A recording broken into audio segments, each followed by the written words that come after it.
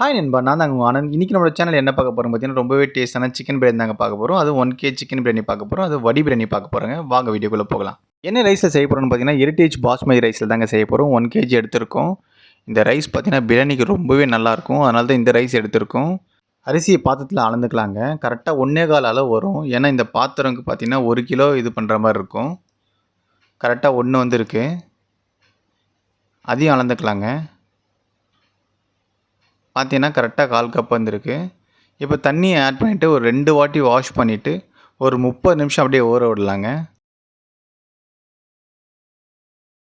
பாருங்க இந்த மாரி நல்லா வாஷ் பண்ணிக்கணும். ரொம்பயும் அரிசிய வந்து பிரஸ் பண்ணி வாஷ் பண்ணக்கூடாது. இப்போ அடுப்பு பத்த வச்சுக்கலாங்க. பத்த வச்சுட்டு ஒரு மீடியம் சைஸ்ல பாத்திரத்த வச்சுக்கலாம். 1 கிலோ செய்ற மாரி. 250 கிராம் கடலெண்ணெய் சேர்த்துக்கலாங்க. கடலெண்ணெய் நல்லா சூடான பிறகு பார்த்தீங்கன்னா, பட்டை, கிராம்பு, ஏலக்காய் சேர்த்துக்கலாம். பிரியாணிக்கு ரொம்பவே டேஸ்ட் குடுக்கறது கடலெண்ணெய் தாங்க. பட்டை, லவங்கம், ஏலக்காய் சேர்த்துக்கிறேங்க. 2, 2 கிராம் போடுற மாரி இருக்கும் 1 கிலோவுக்கு. போட்டு பொரிஞ்ச உடனே பார்த்தீங்கன்னா, 350 கிராம் வெங்காயம் சேர்த்துக்கலாங்க. பாருங்க நல்லா பொரிஞ்சிடுச்சு. இந்த டைமில் வெங்காயம் சேர்த்துக்கலாம். நல்லா கோல்டன் ப்ரௌன் கலர் வர வரையும் வதக்கிட்டே இருக்கணுங்க. மீடியம் ஃப்ளேமில் வச்சுட்டு மூடிய போட்டு அப்படியே ஒரு 2 நிமிஷம் அப்படியே விடலாங்க. இந்த டைமில் பார்த்தீங்கன்னா, எந்த பாத்திரத்தில் நம்ம அரிசி அளந்தோமோ, அந்த பாத்திரத்தில் பார்த்தீங்கன்னா 3 1/2 கப்பு தண்ணி ஊற்றிட்டு, அந்த பக்கம் கேஸில் வச்சிடலாங்க. அது மீடியம் ஃப்ளேமில் கொதிச்சுட்டு இருக்கட்டும். வெங்காயம் 1/2% வதங்கின பிறகு பார்த்தீங்கன்னா, ஒரு 3 பச்சை மிளகாய் ஆட் பண்ணிக்கலாங்க. ஆட் பண்ணிவிட்டு நல்லா வதக்கிட்டே இருக்கணும். வெங்காயம் வந்து நல்லா பார்த்தீங்கன்னா, கோல்டன் ப்ரௌன் கலர் வரும். அந்த டைமில் பார்த்தீங்கன்னா வந்து பூண்டை சேர்த்துக்கலாங்க. பாருங்கள் நல்லா கோல்டன் ப்ரௌன் கலர் வந்துருச்சு. இந்த டைமில் பார்த்தீங்கன்னா 100 கிராம் அரைச்சி வச்ச பூண்டை சேர்த்துக்கலாம்.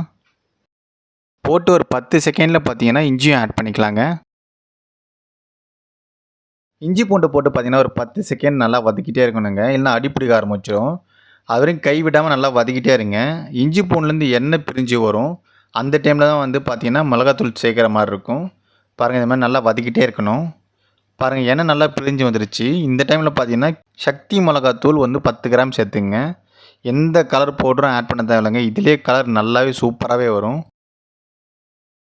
பாருங்கள் இந்த மாதிரி டைமில் வந்து மிளகாத்தூள் ஆட் பண்ணிவிட்டு நல்லா அப்படியே வதக்கி விடணுங்க. பாருங்கள் அது போட்ட கொஞ்ச நேரத்துலேயே பார்த்தீங்கன்னா கலர் எப்படி வந்திருக்குன்னு மட்டும் பாருங்கள். இந்த மாதிரி நல்லா வதங்கிட்டே இருக்கணுங்க. இந்த ஸ்டேஜில் பார்த்தீங்கன்னா 10 கிராம் புதினா, 10 கிராம் மல்லி சேர்த்துக்கலாங்க. ஒரு 10 செகண்டுக்கு நல்லா கலரி விடலாங்க அப்படி. இந்த மாதிரி நல்லா கலரி விட்டுட்டே இருக்கணும். இந்த மாதிரி ஸ்டேஜில் பார்த்தீங்கன்னா தக்காளி ஆட் பண்ணிக்கலாங்க. 250 கிராம் தக்காளி ஆட் பண்ணிக்கலாம். தக்காளி ஆட் பண்ணிவிட்டு நல்லா கலரி விடலாங்க. அது ஒரு 10 நிமிஷம் ஆகுங்க நல்லா வதங்குறதுக்கு. தக்காளி நல்லா அப்படியே உடஞ்சி வரும். பாருங்கள் இந்த மாதிரி டைமில் பார்த்தீங்கன்னா ஒரு 100 கிராம் வந்து தயிர் ஆட் பண்ணிக்கலாம். தயிர் ஆட் பண்ணிவிட்டு நல்லா கலரி விடலாங்க. தயிர் தக்காளியோட மசிஞ்சு நல்லா கரைஞ்சி போகும். அது வரையும் நல்லா கலரி விட்டுக்கிட்டே இருக்கணும். நல்லா கலரி விடுங்க. பாருங்கள் நல்லா மசிஞ்சிருச்சு. இந்த டைமில் பார்த்தீங்கன்னா கல் உப்பு சேர்த்துக்கலாங்க. கல் உப்பு எவ்வளோ பார்த்தீங்கன்னா கிராம் கணக்கில் 25 கிராம் கல் உப்பு சேர்த்துக்கிறோம். கல் உப்பு சேர்த்துட்டு நல்லா கொஞ்சம் கலரி விடலாங்க மசாலாவை. மசாலா நல்லா எண்ணெய் பிரிஞ்சு வருங்க. அது வரையும் வெயிட் பண்ணணும். எப்படியும் ஒரு 10 நிமிஷம் ஆகுங்க நல்லா எண்ணெய் பிரிஞ்சு வர வரையும். பாருங்கள் இந்த மாதிரி மீடியம் ஃப்ளேமில் வச்சுட்டு கலரிட்டே இருங்க. பாருங்கள் இந்த மாதிரி எண்ணெய் நல்லா பிரிஞ்சு வரும். இந்த ஸ்டேஜில் பார்த்தீங்கன்னா சிக்கனை ஆட் பண்ணிக்கலாங்க. நம்ம 1 கிலோ சிக்கன் எடுத்து வச்சுருக்கோம். அந்த சிக்கனை ஆட் பண்ணிக்கலாம். உங்களுக்கு பார்த்தாவே தெரியும் எண்ணெய் நல்லா பிரிஞ்சு வந்துருக்கிறது. சிக்கனை ஆட் பண்ணிட்டு நல்லா அப்படியே கலரி விட்டுடலாங்க. சிக்கன் நல்லா மசாலா கூட மிக்ஸ் ஆகணும். அது வரையும் நல்லா கலரிட்டே இருங்க. ஒரு சிக்கன் கலர் ரெட்டிஷாக மாறும். அது வரையும் நீங்கள் கலரிட்டே இருங்க மீடியம் ஃப்ளேமில் வச்சு. ஒரு மூடியை போட்டு ஒரு 2 நிமிஷம் அப்படியே விடுங்க. பாருங்கள் இந்த மாதிரி கலர் சேஞ்ச் ஆகிடும் சிக்கன் கூட மசாலா மிக்ஸ் ஆகிறதுனால. பார்த்தீங்கன்னா கலர் வந்து ரெட்டிஷாக மாறி இருக்குது பாருங்கள். இந்த மாதிரி ஸ்டேஜில் தண்ணியை ஆட் பண்ணிக்கலாங்க. இந்த டைமில் நல்லா தண்ணி கொதிச்சிட்ருக்கு. அதில் பார்த்தீங்கன்னா 1/2 கப்பு தண்ணி ஆட் பண்ணிக்கலாங்க. 1க்கு 1/2 அப்படியே ஒரு 1/4 கப் எடுத்தோம் பார்த்தீங்களா, அதில் வந்து ஒரு 1/4 கப்புக்கு இன்னும் கொஞ்சம் கம்மியாக எடுத்திருக்கோம். தண்ணியை ஆட் பண்ணிக்கலாம். பாருங்கள் நல்லா கொதிச்சிட்ருக்கு. மசாலா நல்லா கொதிக்கும் போது இந்த மூடியை போட்டு ஒரு 10 செகண்ட் 20 செகண்ட் அப்படியே விட்டுடலாங்க. பாருங்கள் மசாலா நல்லா இந்த மாதிரி கொதிச்சிட்ருக்கு. இந்த டைமில் பார்த்தீங்கன்னா ஒரு வாட்டிக்கு மிக்ஸ் பண்ணிவிட்டு மசாலா நல்லா கொதிச்சிட்டு இருக்க டைமில் பார்த்தீங்கன்னா மசாலா பாத்திரத்தை கீழே இறக்கி வச்சிடலாங்க. தவாக்கல்ல வச்சுட்டு நல்லா ப்ரீ ஹீட் ஒரு 5 நிமிஷம் நல்லா கொதிக்க விடணும் தவாக்கல்ல. தவாக்கல் நல்லா சூடான பிறகு பார்த்தீங்கன்னா அதுக்கு மேலே மசாலா பாத்திரத்தை வச்சுக்கலாம். பாருங்கள் தவாக்கல் நல்லா சூடாடிச்சு. இந்த டைமில் மசாலா பாத்திரத்தை மேலே வச்சுட்டு மூடி போட்டு ஒரு 2 நிமிஷம் அப்படியே விடலாங்க. மசாலா நல்லா இந்த மாதிரி கொதிக்கும். இந்த மாதிரி ஸ்டேஜில் பார்த்தீங்கன்னா நம்ம ஆல்ரெடி தண்ணி கொதிக்க வச்சோம் பார்த்தீங்களா, அதில் வந்து உப்பு சேர்த்துக்கலாங்க. 50 கிராம் உப்பு சேர்த்துக்கலாம். உப்பு நல்லா கரைஞ்சி போகணுங்க. உப்பு நல்லா சுருக்குன்னு உப்பு கரிக்கிற மாதிரிக்கே நம்மளுக்கு ஃபீல் பண்ணணும். அந்த மாதிரி ஸ்டேஜில் பார்த்தீங்கன்னா அரிசியை ஆட் பண்ணிக்கலாம். அரிசியை ஆட் பண்ணிவிட்டு ஒரு 1/2% வேகிற வரையும் அப்படியே லைட்டாக கலரி விடணும். ரொம்பவும் கலரி விட்டால் அரிசி உடைய ஆரம்பிச்சிடும். பார்த்தீங்கன்னா இப்போ மசாலாவில் வந்து பார்த்தீங்கன்னா ஒரு எலுமிச்சம்பழம் சாறு சேர்த்துக்கலாங்க. மிக்ஸ் பண்ணிவிட்டு நம்ம அரிசியை வந்து 1/2% வெந்துருச்சு, வடிகட்டிக்கலாங்க. இந்த மாதிரி பாத்திரத்தை வச்சு வடிகட்டுங்க. நல்லா சூடாக இருக்கும். கை ரொம்ப பத்திரமா பண்ணுங்கள். இந்த மாதிரி வடிகட்டிட்டு மசாலா கூட அரிசியை ஆட் பண்ணிக்கலாங்க.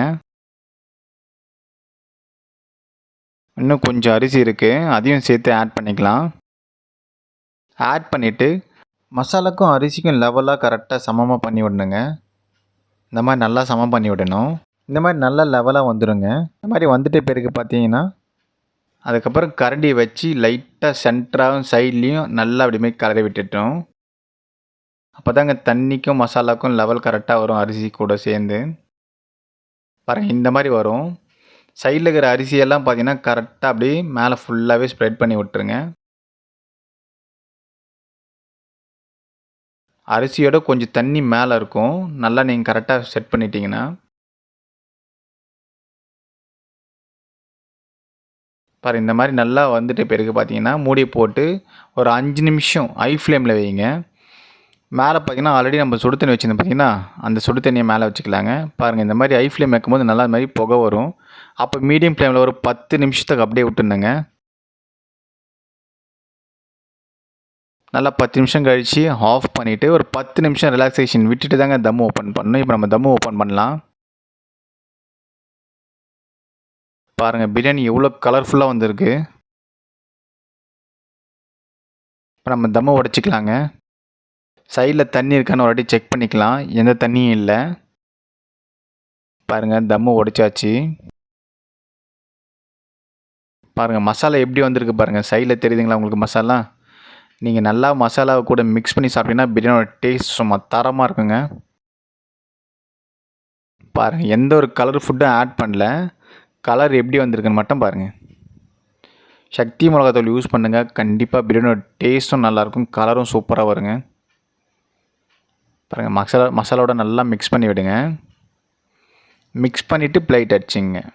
சிக்கன் பீஸெல்லாம் அப்படியே மேலே சைடில் வச்சிடலாங்க மசாலா கூடவே சேர்த்து.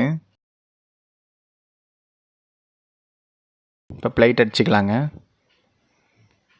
பாருங்கள் பீஸெல்லாம் எவ்வளோ சூப்பராக வந்திருக்கு. இந்த மாதிரி கண்டென்ட் ரெகுலராக உங்களுக்கு வேணும்னா மறக்காமல் நம்ம சேனலை சப்ஸ்கிரைப் பண்ணுறங்க. ஒரு லைக் பட்டனை தட்டி விட்ருங்க. முக்கியமாக ஷேர் பண்ணிவிடுங்க. வேறு எதனா டிஷ்ஷஸ் செய்யணும்னா நீங்கள் கமெண்ட் பண்ணுங்கள். கண்டிப்பாக உங்களுக்காக நாங்கள் செஞ்சு போடுவோம். Thank you so much.